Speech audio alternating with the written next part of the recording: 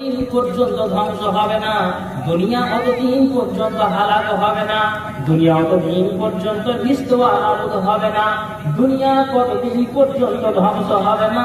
আল্লাহ পাক রাসূল বলেছেন লা তাযহাবুদ দুনিয়া হাত্তা ইয়ামুদ্দা রাজুল আলা কবরে।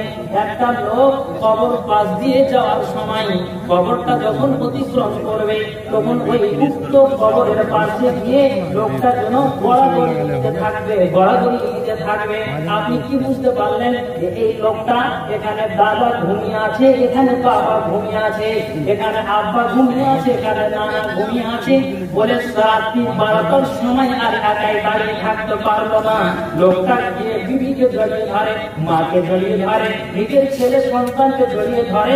আমি সেই জায়গাতে থাকতে পারলাম না। কিন্তু নবী বলছেন এমন একটা দিন আসবে, এমন একটা সময় আসবে যে যখন মানুষেরা ওই কবরের পাশ দিয়ে যাবে তখন ওই কবরটাকে বুক করা দিয়ে জড়িয়ে ধরবে আর বলবে আল্লাহ আল্লাহ আল্লাহ আল্লাহ।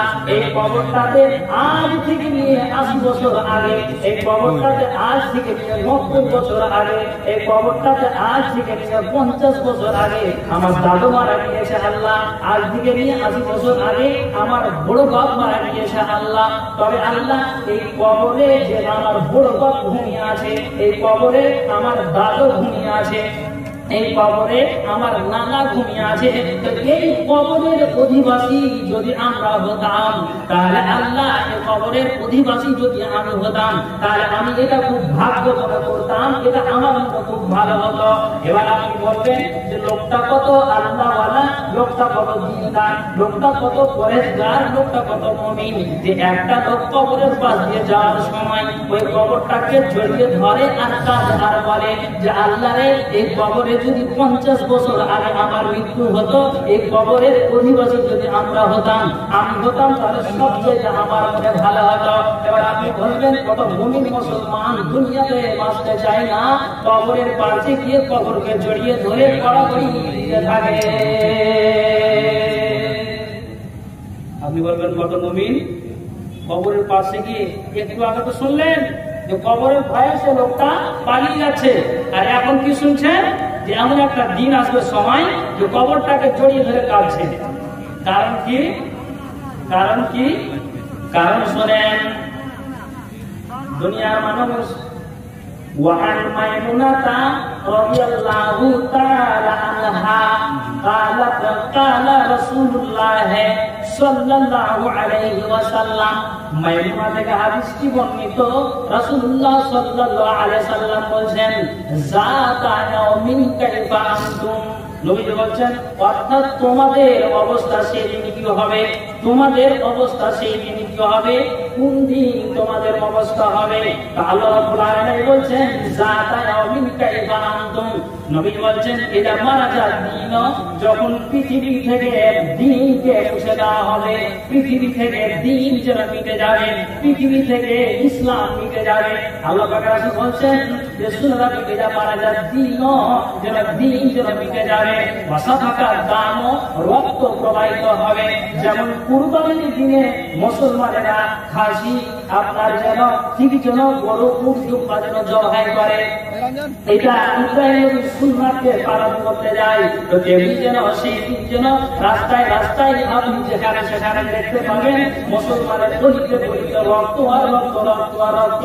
আল্লাহ পাক রাসূল বলেন এমন একটা দিন আসবে, এমন একটা সময় আসবে, ওয়াসাফাকার দাম, রক্ত প্রবাহিত হবে, রক্ত প্রবাহিত হবে। আল্লাহ পাক রাসূল বলেন তারপরে কি হবে জানেন, ওয়াজারাতুল জিনাত, সৌন্দর্য প্রকাশ পাবে, মানুষেরা ফ্যাশনে মেতে থাকবে, মানুষেরা সৌন্দর্য প্রকাশ পাবে। তারপরে আল্লাহ পাক রাসূল বলেন ওয়াসারাকাল বুনিয়ানো, ফেরাসা কাফরাসা শুরু হবে। তারপরে নবী বলেন ওয়াজারাতুল রগবাত, দুনিয়া ভোগের কামনা বেশি হবে। তারপরে নবী বলেন ওয়াআতলাফাতিল ইখওয়ানো, ভাই ভাই দ্বন্দ্ব হয়ে যাবে। ভাই আল্লাহ পাড়া প্রতিবেশীতে দ্বন্দ্ব হবে, ভাই ভাই খুন রাহাজানি, মারামারি কাটাকাটি, বাপ ও ছেলেকে মারামারি কাটাকাটি, এত যেন হয়ে যাবে। দুনিয়া দুনিয়াতে যেন ইসলাম নামের নামটা যখন মুছে যাবে, ইসলামের কাজ যখন মুছে যাবে, তখন যেন মুসলমানেরা এরকমটাই করতে থাকবে। তারপর নবীজি বলছেন ও আরকার বাইতুল আতিক, কাবা ঘর ধ্বংস হবে। নবীজি বলছেন এ বাক্যের অর্থ এটাও হতে পারে যে মানুষ যেন নিজের মানুষ যেন সাজসজ্জাপূর্ণ, আপনার যেন ঠিক যেন পুরাতন বাড়িগুলোকে ঘরগুলোকে ভেঙে ফেলে দিয়ে নতুন যেন বাড়িগুলো তৈরি করবে। আমি আপনাকে কোনটা বোঝাতে চাইছি যে এই লোকটা কবরে দিয়ে পড়াপড়ি করে কাজে আর বলে যদি আজ থেকে নিয়ে 90 বছর আগে, আজ থেকে নিয়ে 80 বছর আগে যদি আমার মৃত্যুটা হতো, তাহলে এই কবরের অধিবাসী যদি আমি হতে পেতাম, তাহলে ভাগ্য মনে করতাম। তো ওরে আমার দাদারা, ওরে আমার আব্বারা, আমি আপনাকে কোনটা বোঝাতে চাইছি, লোকটা মুমিন মুসলমান বলছেন না না না না না, দুনিয়াতে এমন হয়ে যাবে।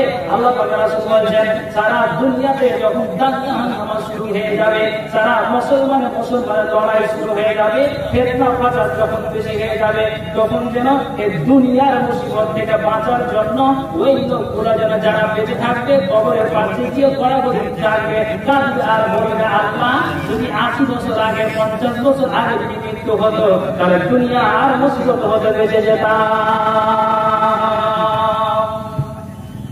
ভাইজান আপনাকে এটাই বোঝাচ্ছি, তাহলে কি বুঝতে পারলেন?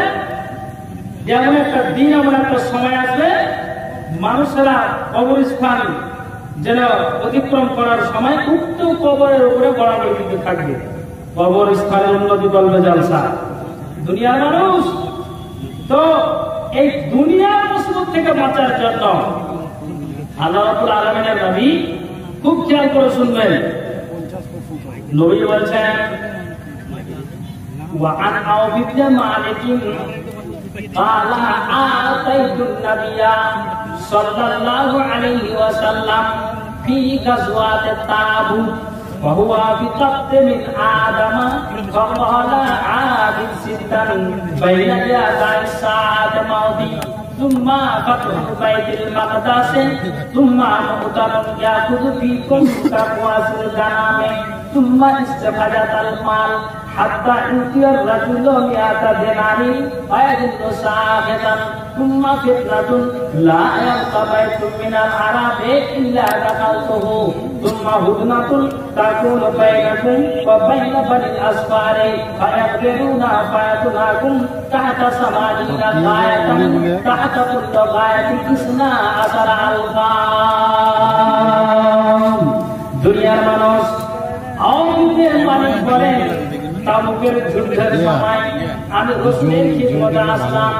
ওই সময় তিনি একটি চামড়ার তাঁবুতে অবস্থান করছিলেন। তখন যেন আওয়ামীদের মালিক আল্লাহ পাক রাসূল বলছেন ইয়া আওয়ামীদের মালিক, তুমি শুনে রাখো, তুমি কিয়ামতের পূর্বের 6টি নিদর্শনকে তুমি গুনে রাখো।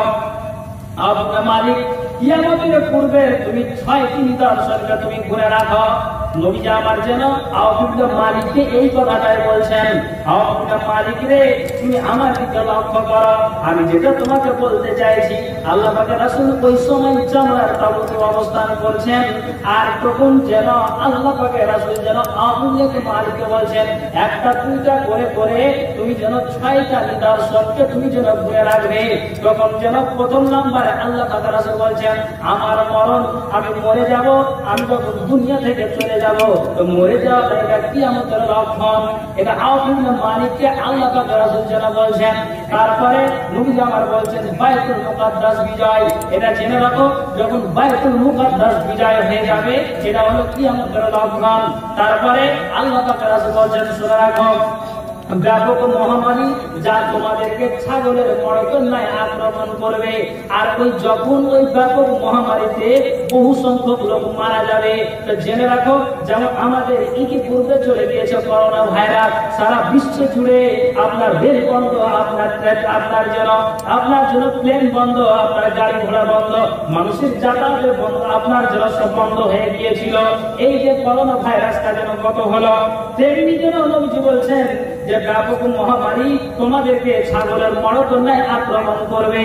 আর এটা জেনে রাখো, যখন এইভাবে ছাগলের মড়কন্যায় আক্রমণ করবে, রোগে মানুষ আক্রান্ত হবে, আর ওই রোগে মানুষ বহু সংখ্যক লোক মারা যাবে। আল্লাহ পাক রাসূল বলছেন, মারা যাওয়াটা কিয়ামতের লক্ষণ। আল্লাহ পাক রাসূল বলছেন, এইভাবে তিনি একটা দুইটা করে করে 6টা তিনি যেন দিচ্ছেন এবং ঘুমাচ্ছেন। আপনি মানে একটু মাথায় রাখো, এটা তোমাকে বলছি।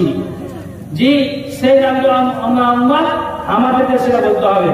তারপর নবী কি বলছেন 4 নম্বরে, শুনে রাখো, ধন সম্পত্তির প্রাচুর্য এত বেশি হবে, মানুষের মাল ধন এত বেশি হবে, কোন মানুষকে আপনার দ্বারে আসতে গেলে যদি তাকে আপনি 100 স্বর্ণ মুদ্রা আপনি প্রদান করেন, তাহলে ওই 100 স্বর্ণ মুদ্রার কোন মূল্য থাকবে না।